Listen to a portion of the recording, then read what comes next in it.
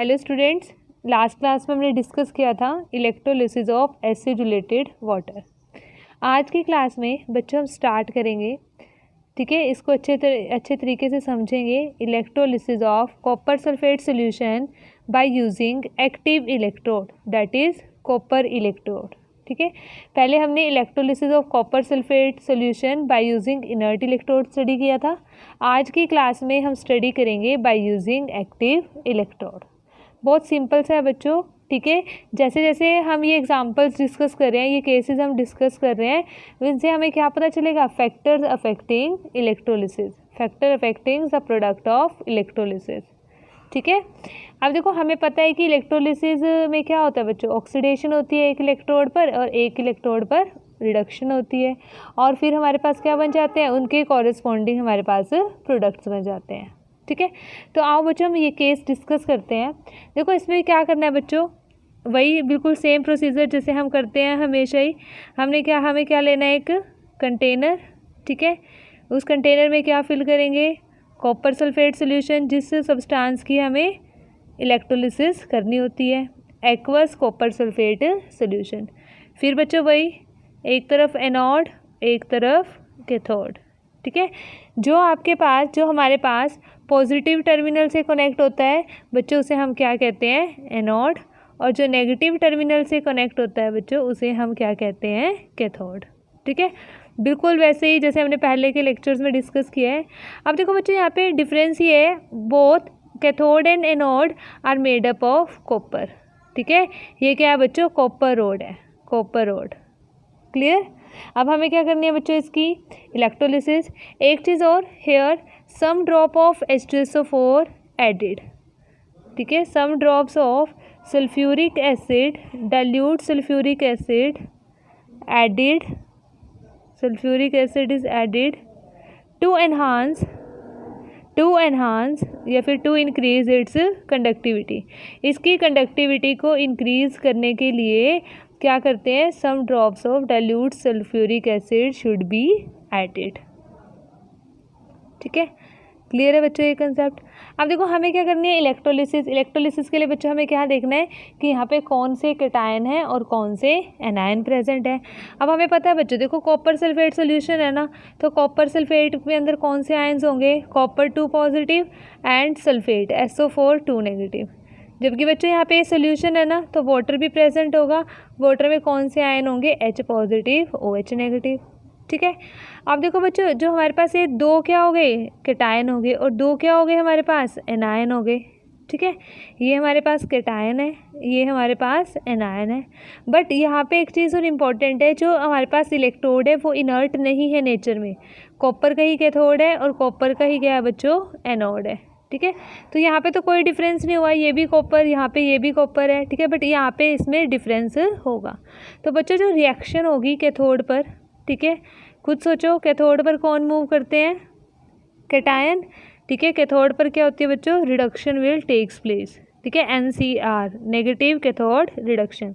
अब देखो, इनमें से कौन से आयन डिस्चार्ज हो जाएंगे बच्चों कैथोड पर? Copper 2 positive ion, copper 2 positive plus 2 electron and formation of copper will takes place, ठीक है। तो यहाँ पे क्या हो जाएगा बच्चों? रेडिश ब्राउन कलर, ठीक है। कॉपर का कलर क्या होता है? Reddish brown.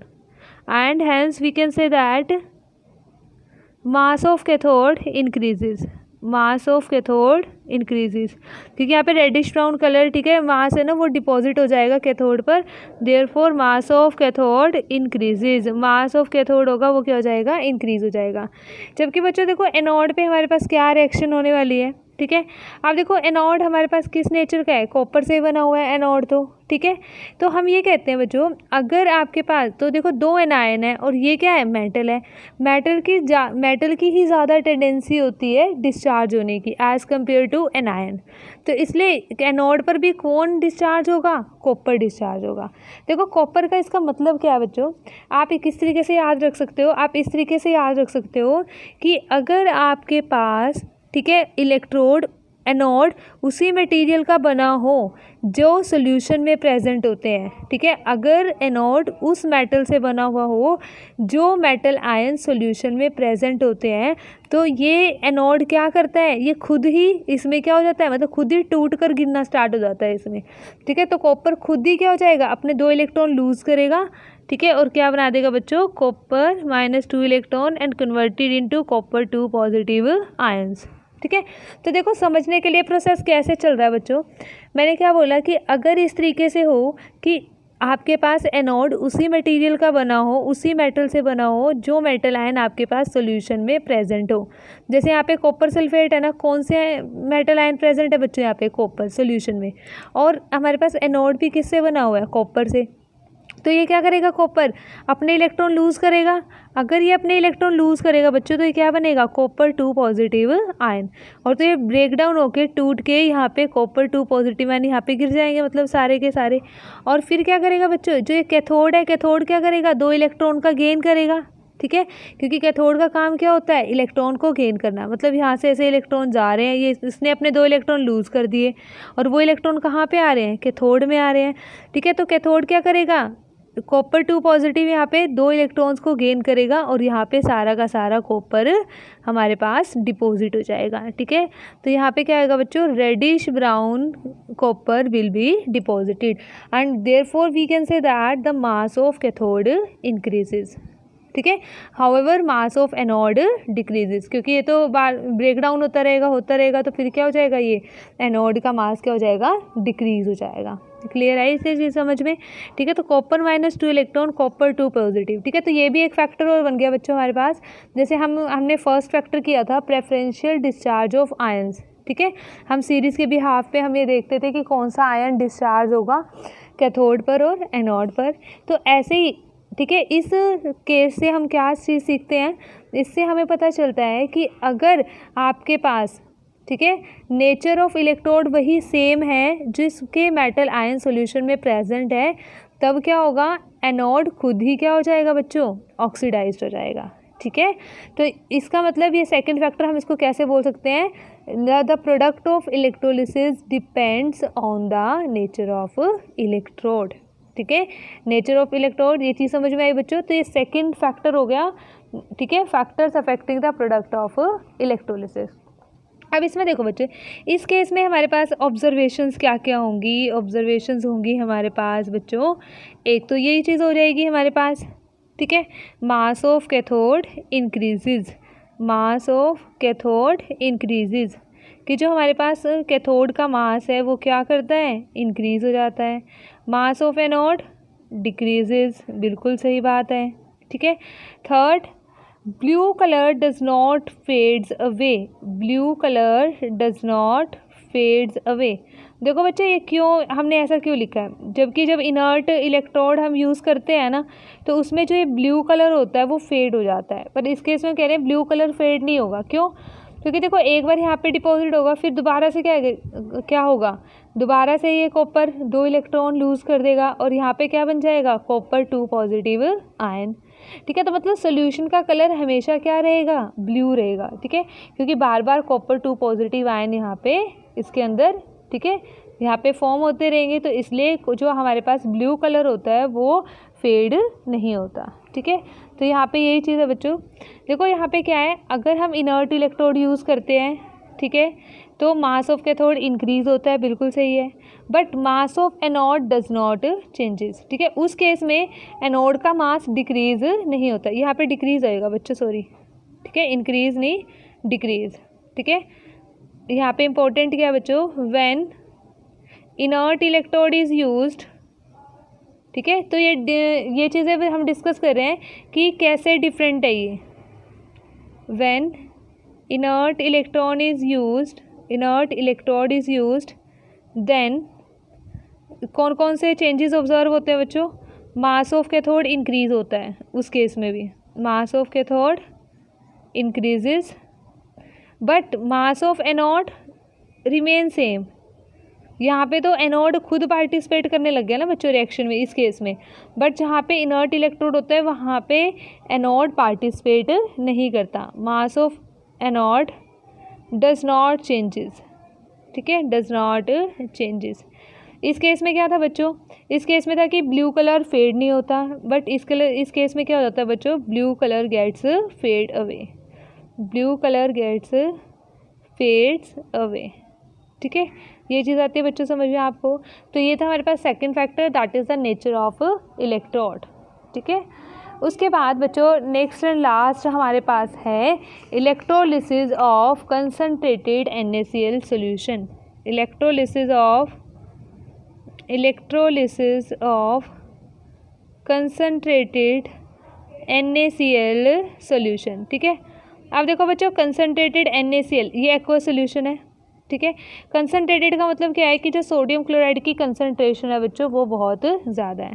ठीक है, बिल्कुल सेम ऑपरेटर्स होगा जैसे ये वाला था, यहाँ पे सिर्फ हम NaCl सॉल्यूशन रखेंगे। तो देखो बच्चों इसमें हमारे पास कौन कौन से आयंस बनेंगे, Na positive, Cl negative, water है बच्चों H पॉजिटिव, OH नेगेटिव। ठीक है, ये दो हमारे पास कैटायन है बच्चों और ये दो हमारे पास क्या है, एनायन है।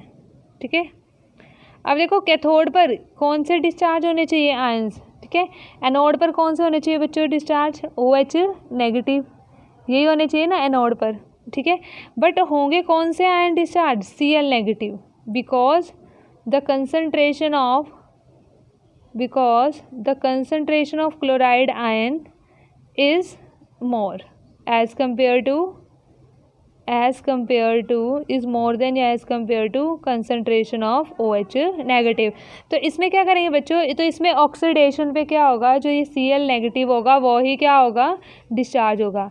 जबकि अगर हमारे पास ये दो कैटायन है Na पॉजिटिव H पॉजिटिव, इन दोनों केसेस में हमें क्या लगता है कि जो H पॉजिटिव है वो होना चाहिए डिस्चार्ज। ठीक है, क्योंकि ये प्रेफरेंशियल डिस्चार्ज इसका होना चाहिए। ठीक है, और Na पॉजिटिव, तो यहाँ पे H पॉजिटिव का ही होता है बच्चों, ये एक्सेप्शन होती है क्योंकि H पॉजिटिव का साइज़ क्या होता है, स्मॉल होता है। ठीक है, तो यहाँ पे ये चीज़ आपको थोड़ा सा इसमें ध्यान रखना पड़ेगा कि अगर हमारे पास कंसनट्रेटेड सोल्यूशन है तो आपके पास वो आयंस डिस्चार्ज हो जाते हैं। ठीक है, वो आयंस डिस्चार्ज हो जाएंगे जिनकी कंसनट्रेशन ज़्यादा होगी। ठीक है, तो इसलिए बच्चों हमारे पास यहाँ पे प्रोडक्ट्स क्या क्या बनेंगे हमारे पास, कैथोड, रिएक्शन एट कैथोड, और हम लिखेंगे बच्चों रिएक्शन एट एनोड। ठीक है, कैथोड पे क्या हो रहा है, H positive will accept 1 electron, H बन जाएगा बच्चों। अब H तो स्टेबल नहीं होती तो H + H रिएक्ट करके क्या बनाएंगे, H2 हाइड्रोजन गैस। ठीक है, ये प्राइमरी चेंज, ये सेकेंडरी चेंज। ठीक है, ये मैंने आपको पहले भी बताया। अब देखो यहाँ पे तो बच्चों हो गई 2 हाइड्रोजन, तो क्या करेंगे अगेन यहाँ पे हम 2 से इसको मल्टीप्लाई कर देंगे, हो गई हमारे पास रिएक्शन कंप्लीट। एनोड पे क्या होना है, क्लोराइड। ठीक है, ये क्या बनेगा, डिस्चार्ज हो जाएगा, मतलब अपना चार्ज लूज़ कर देगा। ठीक है, बाय लूजिंग 1 इलेक्ट्रॉन। अब ये क्लोरीन भी क्या होता है बच्चों, अनस्टेबल। ठीक है, तो क्या करेगा ये क्लोरीन, एक अनदर क्लोरीन के साथ रिएक्ट करके क्या बनाएगा, Cl2। और ये कैसी गैस होती है बच्चों, ग्रीनिश येलो गैस। ठीक है, ग्रीनिश येलो इन कलर। ठीक है, यहाँ पे क्या होगा बच्चों, प्राइमरी चेंज। ठीक है, ये हमने पहले भी डिस्कस किया है, प्राइमरी चेंज एज यूजुअल। और ये क्या होगा बच्चों हमारे पास, सेकेंडरी चेंज। ठीक है, तो ये चीज़ हो जाएगी बच्चों। तो इस तरीके से हमारे पास क्या आ जाएगा, ये हमारे पास थर्ड फैक्टर होगा, that is electrolysis of concentrated NaCl solution. ठीक है, तो इसमें हम क्या करेंगे बच्चों, तो यहाँ से हम क्या कंक्लूड करते हैं, यहाँ से हम ये कंक्लूड करते हैं कि अगर हमारे पास सॉल्यूशन क्या है, कंसनट्रेटेड, तो हमारे पास वो आयंस डिस्चार्ज हो जाएंगे रिस्पेक्टिव इलेक्ट्रोड्स पर जिनकी कंसनट्रेशन ज़्यादा होगी। ठीक है, बट H पॉजिटिव का केस एक्सेप्शनल है, तो H पॉजिटिव फिर भी डिस्चार्ज हो जाएगा सोडियम के कंपैरिजन में। ठीक है, तो बच्चों आज की क्लास में हम इतना ही करेंगे आज के लेक्चर में। Next we start with application of electrolysis. ठीक है, application of electrolysis like electroplating, electro refining etcetera. Okay, तो वे मिलते हैं बच्चों नेक्स्ट क्लास में।